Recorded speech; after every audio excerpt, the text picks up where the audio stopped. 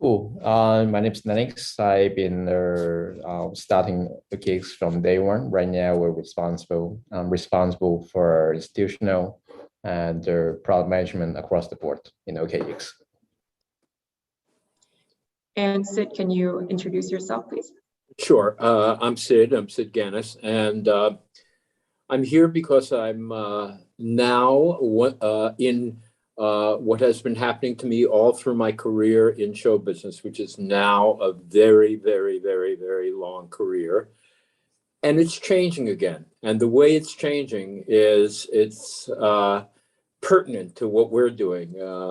The world of movie making and show business is changing into a world that is a combination of commerce and entertainment, of course, and interaction. And NFTs fit beautifully in there. So here I am, once again, going with the changes and both learning and being active in the world of NFTs.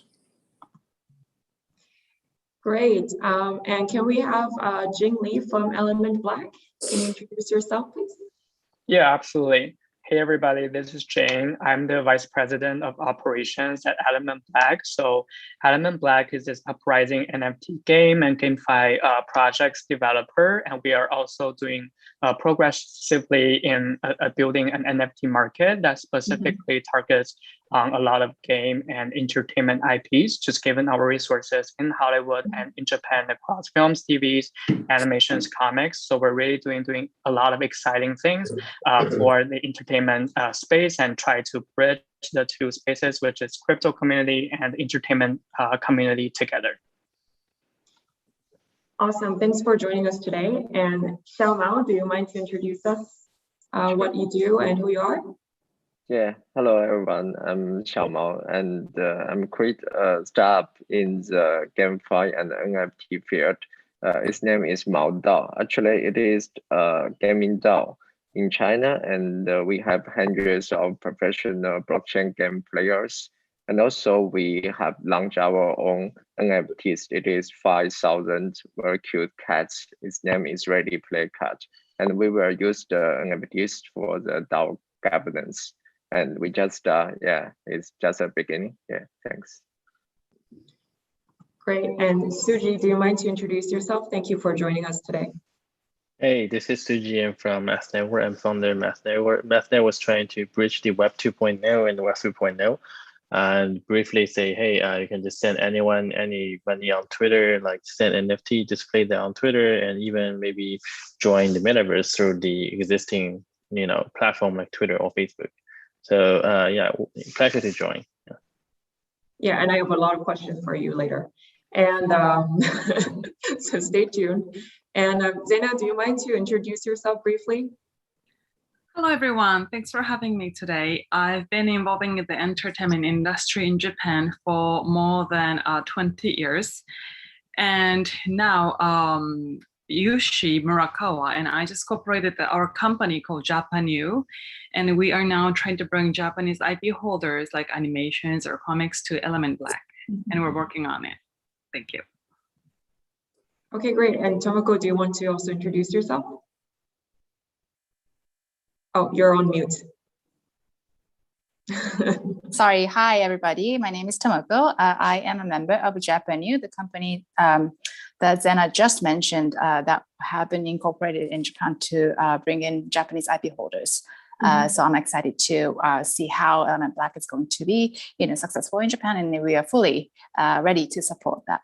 Thanks. Nice to meet you all. Okay, great. Thank you very much.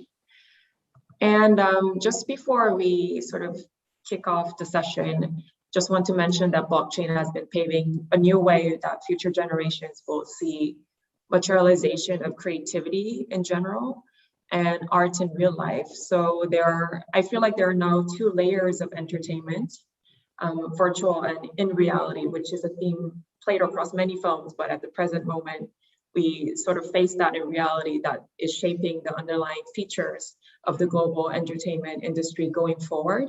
And on that note, I have a question for Sid. How do you think the Academy and more broadly the American film industry is perceiving NFTs at the moment? Like, do you see a specific trend in NFT adoption in Hollywood, for example? Well, yes, I think it's beginning to happen. And like everything else in Hollywood, it takes a moment or two for it to actually happen. But I know that the movie industry and the art and entertainment industry generally here in the United States is definitely embracing this strange new world, the strange new world of NFTs.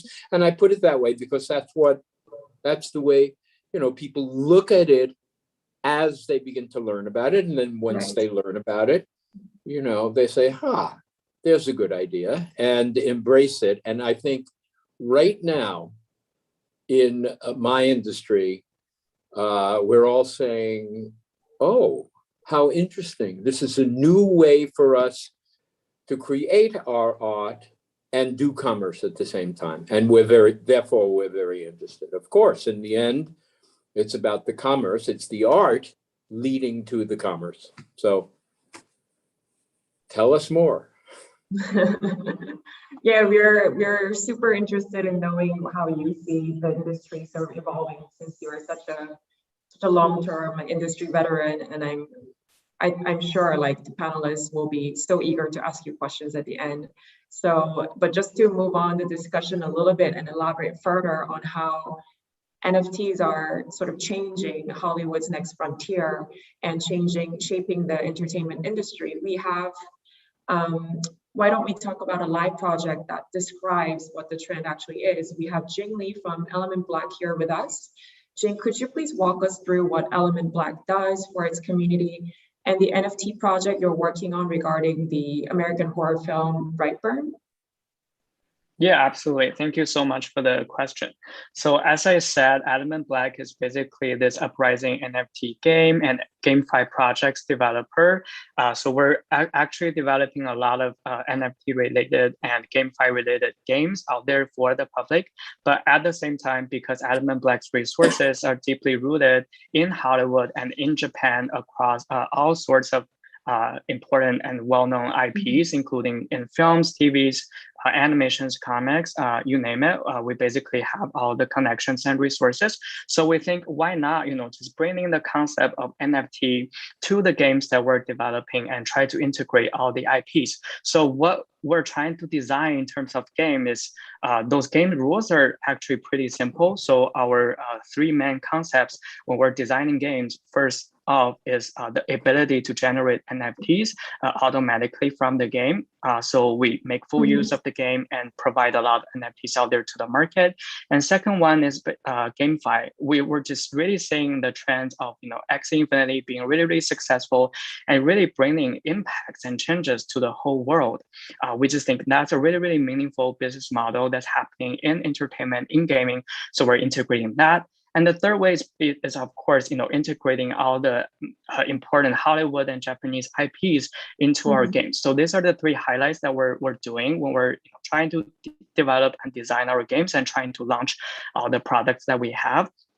So first off, we're officially launching our first product, which is our first game called Pixel Infinity. This is a game that's inspired by the monumental Reddit movement called a Reddit blog. So this basically, we're providing a free canvas out there with pixel blocks out there. So our users or gamers are feel free to fill in colors that they want to fill in the pixels, or they can upload NFTs onto our canvas as well. So this is a great way for us to just encourage our users to draw or create amazing artworks by themselves or together with their team members. And also we're going to invite a lot of celebrities and influencers in the art space or in the entertainment space in general. So our fan base or our user base can basically create amazing artworks together with celebrities and influencers they like across entertainment industry. So by generating one NFT every 8 hours from this simple game, we're seeing a lot of potential in terms of the NFT market out there. This is really a way to document the creation and the process of how artworks are collaboratively generated on our game. So for our first campaign, so we're also thinking about integrating a lot of great IPs onto the game as well. So that's why we're allowing users to upload NFTs to fill in the pixels as well. And that's how we come up with our first campaign. So as some of you guys probably have heard, Brightburn is a super successful horror movie that was produced by James Gunn back in 2019. So the movie is super successful, distributed by Sony in over 83 countries and regions, and has a great fan base all over the world. And that's why we think integrating this IP into our game would be a great add-on to attract both the crypto community and also the movie-going community as well. So what we're doing is we selected 5 posters which won the poster competition that was hosted by the producer James Gunn, which is the director behind famous Hollywood movies, Guardians of the Galaxy, the Suicide Squad. So he has full support on this project. So we selected 5 posters, and then we split each poster into about 500 to 600 puzzle pieces. And then we're launching mystery box NFTs in the form of that. So our users are able to buy mystery box NFTs for the Brightburn poster, and then they do not know exactly which piece they're getting. So then they're directed to come to Pixel Infinity and upload the puzzle piece of the poster that they have. So the first person or the first group of people who successfully piece together the whole posters will win basically additional rewards. Yeah, that's basically how we're designing our ecosystem and our first game as well. It seems like a great way to start. I mean, you have a hit movie, you have a fan base, but even more important than the fact that it's a hit movie, you have the fan base of that hit movie that you're selling to, so to speak. And then you have the people interested in crypto. So that's a heck of a good way to launch. Yeah, for sure. And I think the adoption of NFTs is really shaping the way the audience contributes to the success of a film production or success of a game that's newly launched, because it's sort of turning the top-down approach of marketing to a down to bottom-up approach. Like everyone is contributing in a decentralized marketplace, and I think that's amazing, and that can fundamentally change how different studios and film producers can market their entertainment products in the market. Yeah, and just to go further into the discussion, and I think it's also interesting to delve into what kind of different marketplaces there are for these NFT buying and selling, as Sid and Jing have already mentioned. Like for example, Nifty Gateway is known for, as you guys probably all know, like high-end art NFTs, and other examples include Variable and OpenSea. And I would be interested to know from Lennix, how would you describe the OKEx NFT Marketplace and how you think it distinguishes itself from the other platforms in terms of trading NFTs?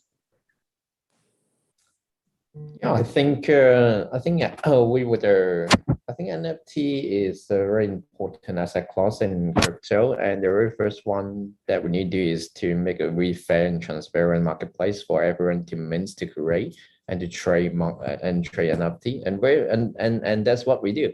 OKEx have been building for marketplace for so many years, and our address is trying to build a really fair and transparent for all players in the market. I think the very first one is allowing the NFT creator to mint the NFT at a relatively low error cost, and at the same time to allow everyone as a buyer to have a really transparent way and fair and easy way to acquire its very first NFT. Right now, I think NFT is still very niche market to ordinary user, but for crypto natives, it's okay. But we need a lot of time to educate users how to own their very first NFT. That's our vision.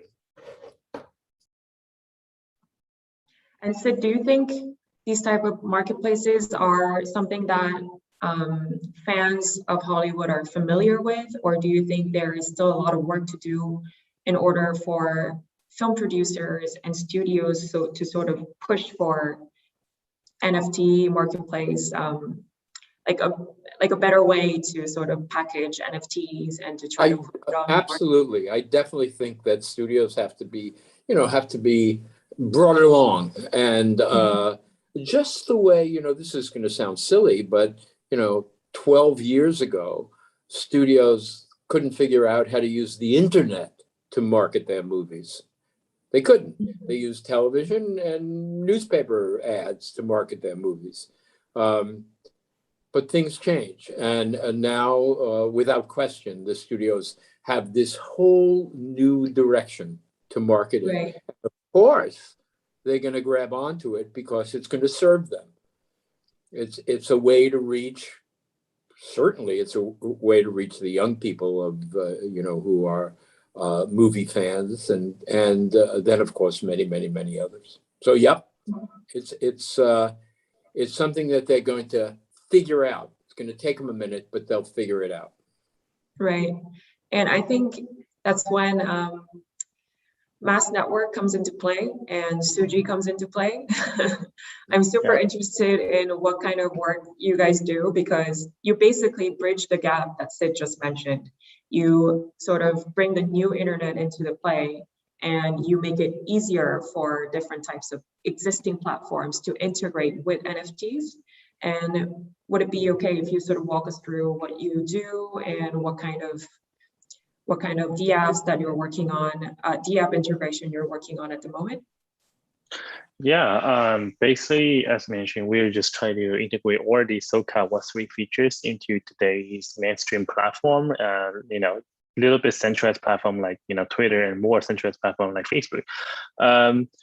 Because all this decentralized thing we mentioned, like NFT, gamification, GameFi, whatever, it's about own your data and own your asset, right? But on the other side, we are our daily platform are still a decentralized one, Twitter, right? So how to bridge the gap between the two is a huge problem.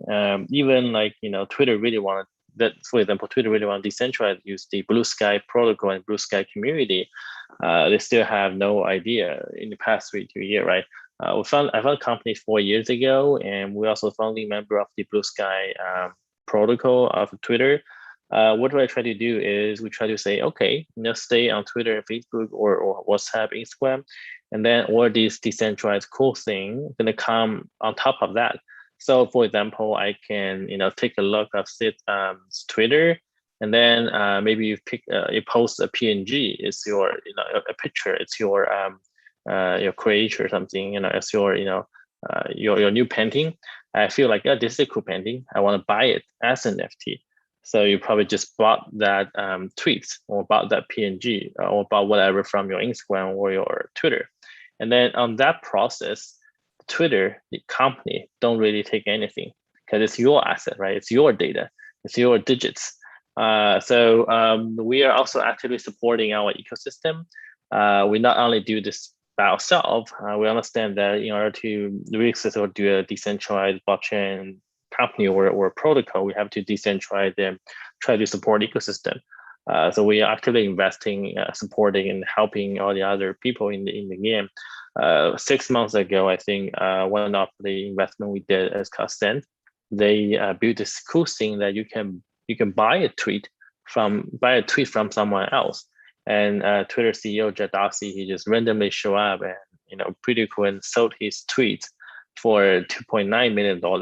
It's pretty high, because like a tweet for $2 million. But think about this way: this is going to be the first tweet of humankind, and they're going to be in a metaverse museum, and someone going to 200 years, someone going to hand Jack Dorsey's tweets there, for his family collection, whatever. So 2.9 million actually is a reasonable price. And the new generation of creators, they don't need to be good looking. They can use the digital avatar as an NFT.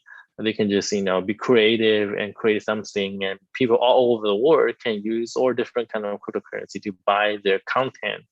And on Twitter, on Instagram, on Facebook, these old-fashioned platforms that they don't allow cross-border transaction easily. That's something we did.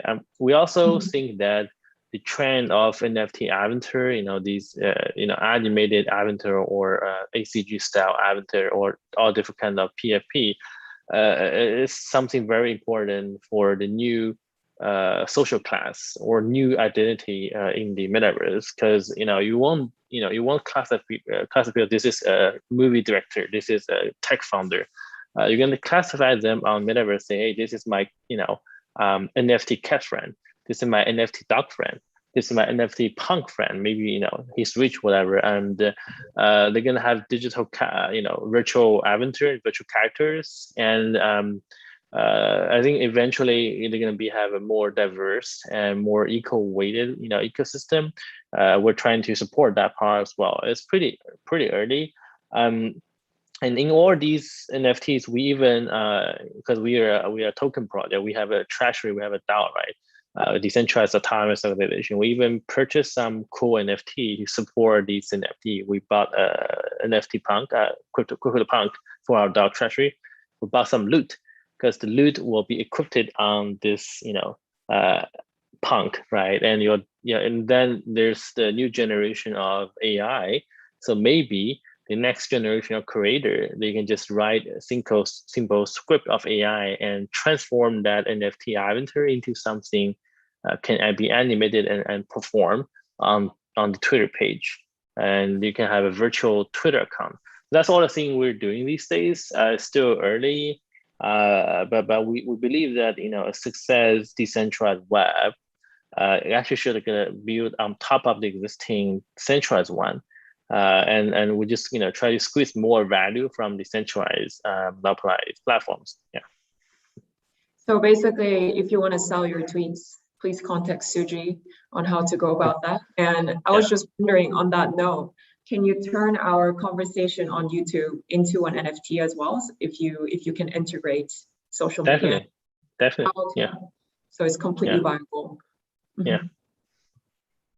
So I think that's really interesting for you, Sid and Zena and Tomoko, because you work with a lot of celebrities, and if you can sort of generate that kind of profit in the way that Suji just mentioned, you can. I think there are infinite ways of making different types of businesses, because you can sort of build on from that and have, if you have a great Twitter account from a film star, then you can sort of convert that into NFTs as well. So I haven't actually imagined that this will happen and something like this will be viable in our generation. I think it's so interesting to watch how NFT and tokenization is sort of evolving in the entertainment space.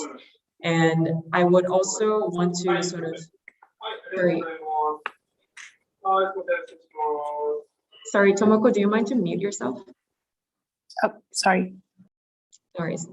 And on that note, I want to just also move the discussion over to the gaming space, which I think is super interesting. And it's also tying with closely the film industry as well. And Mao Dao took a very specific approach and strategy on an NFT crossover in the gaming space, which is to create meme-themed NFTs to try to add play to earn profit sharing utility to them. And I believe XiaMao, you have helped the Chinese community to overcome the initial requirements of NFT ownership and help them to start producing yields in the crypto gaming industry. And could you just share with us your experience on developing this kind of model, and what kind of opportunities and challenges you saw in terms of adoption of NFTs in the gaming space? Sure. Yeah, I think let me first introduce what is Gaming DAO, because I think Gaming DAO is very new, even it is very new in the crypto industry. I think people pay attention to gaming and GameFi this year because of game X Infinity. Actually, in many people, they are in Southeast Asia, they play this game maybe 2 or 3 hours one day, then they earn some money from the game, like $20 one day. Actually, it's very big money for people who live in the Thailand or Philippines. So Gaming DAO, it is born in this kind of situation. They gather people who want to play the games to spend some time to play the games, and they earn some money with the gaming DAO and share the profits with the gaming DAO. Yeah, and actually we think this model is very interesting, and we also think in China the community is so big and many people willing to spend the time to play the games. And we tried this model in China, and that works. And actually, we are doing two business. One is the game part. We have a group of people, hundreds of players in China, and another part is we are DAO. So we build based on the blockchain technology. So people usually use the token to do the governance, but we try to use the NFT to represent their ownership and to do the governance. Actually, we do not have the play to earn profit sharing utility because it have legal risks, but we try to use NFT to do the governance to let people have their ownership and they identify, and also can based on the blockchain technology to decide the money we earn to the use case of the money we earn. And we think is very early, but we see the potential of the gaming DAO, and also the potential of the NFT compared with DAO. Yeah. So all in all, we are a group of players who want to build the organization based on the blockchain technology. Yeah. Yeah, for sure. And this decentralized gaming and producing EOS within the crypto gaming space has been a huge thing. And I think, XiaMao, you have sort of bridged that gap between the average daily users who are not really familiar with NFT and crypto gaming, and you sort of brought them into the overall space with your project. And on that note, thanks for sharing your experience for all of you. And on that note, I want to just open up the floor for any questions you guys have for each other, and any comments you would like to make to wrap up the call. Well, I must say, just listening to everybody else, I know how I'm feeling about it, but what I'm hearing from everybody here is that the emergence of NFT in the art and entertainment building is business is absolutely real. It's absolutely real. It's happening. It's emerging, but it's happening. And the integration of it all, everybody's talking about it. Just now I heard about the gaming side of it and began to understand how it's all going to happen. So good news. We're in a good place, all of us, as we consider all of this. It's still about, I would say, if you don't mind me going on for another moment, it's still about storytelling. In the end, what's it about? It's about storytelling. If you tell a good story, you got a lead on the whole thing, on the whole business, on what you're trying to do. But now, I would say in my business specifically, because that's the one that I can talk about, what's the future of cinema? The future of cinema is storytelling. It'll never go away. Plus technology, and NFTs seems to fit right into that groove. Yeah, I totally agree. And I think it's just more than what many people see of NFT adoption in cinema, like tokenizing posters and bloopers and different scenes of different movies. Like, I think it goes way beyond that, because especially as Suji has mentioned, like you can turn anything into an NFT. And I think in that sense, many producers and many directors can sort of leverage on that and try to explore what kind of creative ways of storytelling you can do through NFTs. So Sid, I completely resonate with your point. And on that front, Lennix, do you have any questions to any of the panelists that are here with us today? Oh, I have a lot of questions. It's a very unique area. I'm a finance practitioner, so it's very first time that I hear a lot of good thoughts. So I read a lot of blog about the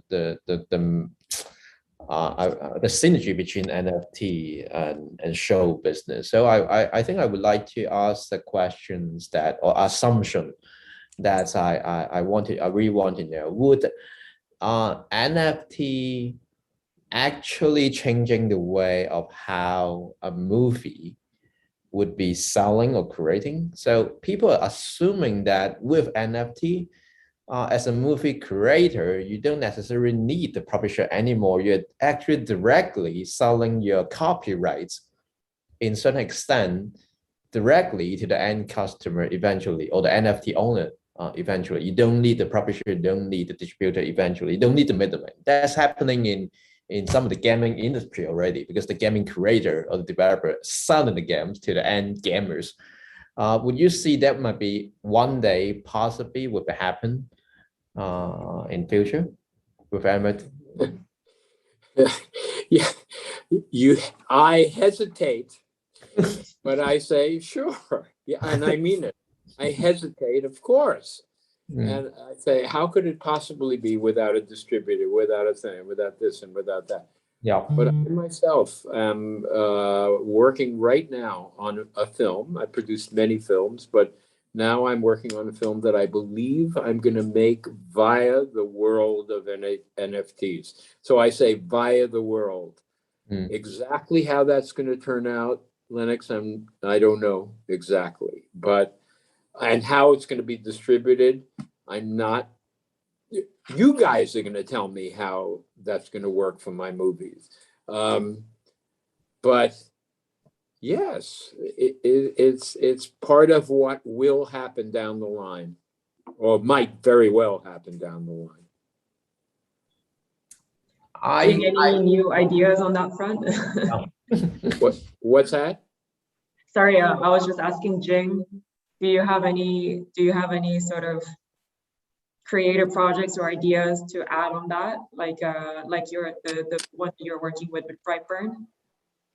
Yeah, absolutely. So for the campaign that we're doing together with Brightburn, it definitely provides, a brand new way of monetizations in the first place for a lot of, content IPs out there. Because traditionally, films and TVs, their revenues rely heavily on the distribution revenues of the actual film or TV, or further, they rely on merchandise. However, they haven't really, explored the space of NFTs. So our campaign working together with Brightburn, it's, essentially it adds a great way of, revenue for the IP and to reach, more fans. And this is also, the market, what the market needs actually. So a lot of fans, they're facing the trends of NFTs, but they don't have a channel to actually collect all the great collectibles in the form of NFTs that they want. But we're really seeing a lot of moves in the entertainment industry. For example, we're also working, together with Sony issuing the Brightburn NFTs, and Sony also, has been issuing Spider-Man NFTs to their fans, and the fans have been reacting really well to it. And so does, the NBAs. They have been issuing NBA Top Shot NFTs out there to the market, and the market has been reacting to it really, really well. And this has been a great source of revenues specifically for NFT and for the fans to, to experience a totally new ways of collecting stuff that they want based on the IPs. So I would say that for us, we're definitely trying to provide a platform for all the great IPs out there, at least to have a new way of revenues in the brand new, crypto space. And in addition, as Sid has mentioned, we're also, working closely with a lot of films and TVs out there in terms of, exploring new ways of financing the film and new ways of distributing the film. And for Element Black, we're actually, building our own, IP equity exchange and a distribution channel, which we're gonna launch pretty soon in the future. This will allow all the film producers and content makers out there to directly interact with their fans and to directly, help to create a new way to finance their content. And the fans, as Sid said, actually can own part of the IP because they participated in creating the content with the power of NFTs, with the power of crypto in the first stage, and later they can for sure generate a new way of content distribution as well. So this actually aligns really well with what Element Black is trying to do and what our roadmap actually looks like. And I think this sort of trend is also because the newer generations are sort of very familiar with the idea of owning something digitally. They don't really need to see it in real life. They are very open to buying something and spending their money, even if it's just part of a digital identity. And I think that's super interesting because the coming generations, like in the near future, how will that evolve? Like what kind of digitalization will they be looking into and what kind of things they will be willing to buy? Like who knows, after 30, 40 years, we might not even be looking at physical shopping. We will be just going into an NFT marketplace. Like, oh, I want part of this movie. I want part of this celebrity. I want the tweet that this actor has made last week. And I want to buy some NFT memes so I can play this game and yield some profits. And I think it's really interesting to perceive how different ways of consumer behavior we can see in their entertainment space. And sorry, I cut you off, Lennix, earlier. Do you have any other questions for the panelists? Oh no, I think Jing actually really rephrasing right. So I think I doubt that you can directly sell an NFT branded movie directly without the publisher right now. Yeah. But I agree with Jing actually that NFT is a great way for I would call it as IP enrichment. So you're selling something more, something else. You're owning collectibles digitally, other than the traditional movie, music, soundtracks. I think it's just other thing, more than, for example, I can own faces. I can own some of their very unique rights for within the movies. And I can show to everybody that I own that particularly really famous quote from really famous actor. That's my thing. That's NFT, and that can be very, very creative. So NBA Top Shop is actually one of the really great examples. And NBA Top Shop, they don't understand what NFT before. They just, hey, you can do something digitally. I don't understand that but right now they trade 7 million a day. I think is actually quite surprising to the IP of NBA. I think that's applicable to all the movie makers eventually. I think that that phrase, IP enrichment, is absolutely perfect in describing what this is all about. And for filmmakers and for artists and for creators, that's going to be a key to them jumping on. Yeah, and it's interesting to have some of our panelists here who are basically trying to bridge that gap between the audience and people at the end of the line who are actually producing different sources and different mediums of entertainment, like Suji, for example. He's connecting the consumers to the producers of entertainment. And XiaMao, you're also working on how the gaming industry is sort of changing and bridging that gap between people who are playing games and people who are not familiar with NFTs into the crypto gaming space within China and broadly in Asia. And Jing as well, and Lennix, you guys are working on how NFTs can be distributed in general. So I think it's, all in all, it's very interesting to be on this page of the history for the time being. And any last closing comments before we wrap up the session from anyone?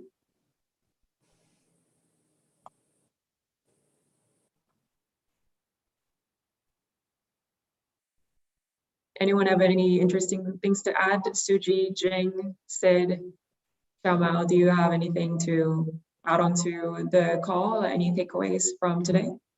The more, in listening to this very session that I'm a part of, I'm learning a lot about the possibilities here. So that's very good for me. Good news.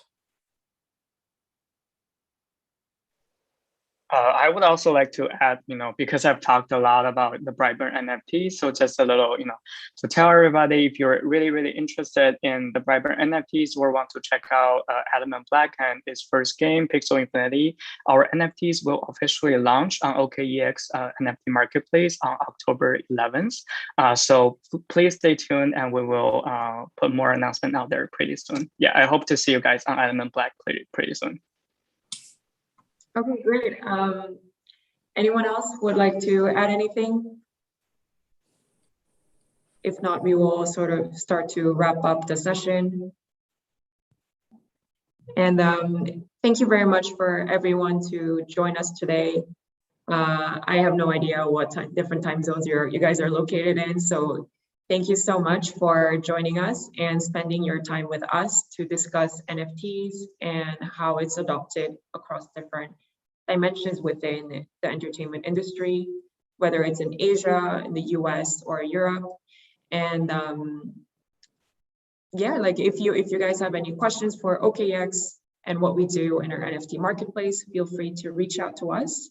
And thank you for all viewers who have joined us today. I really wish you had an interesting time learning about different types of NFT adoption within the entertainment space. And on that note, I will finish this session up. Thank you very much. Thank you. Thank you. Bye-bye. Thank you.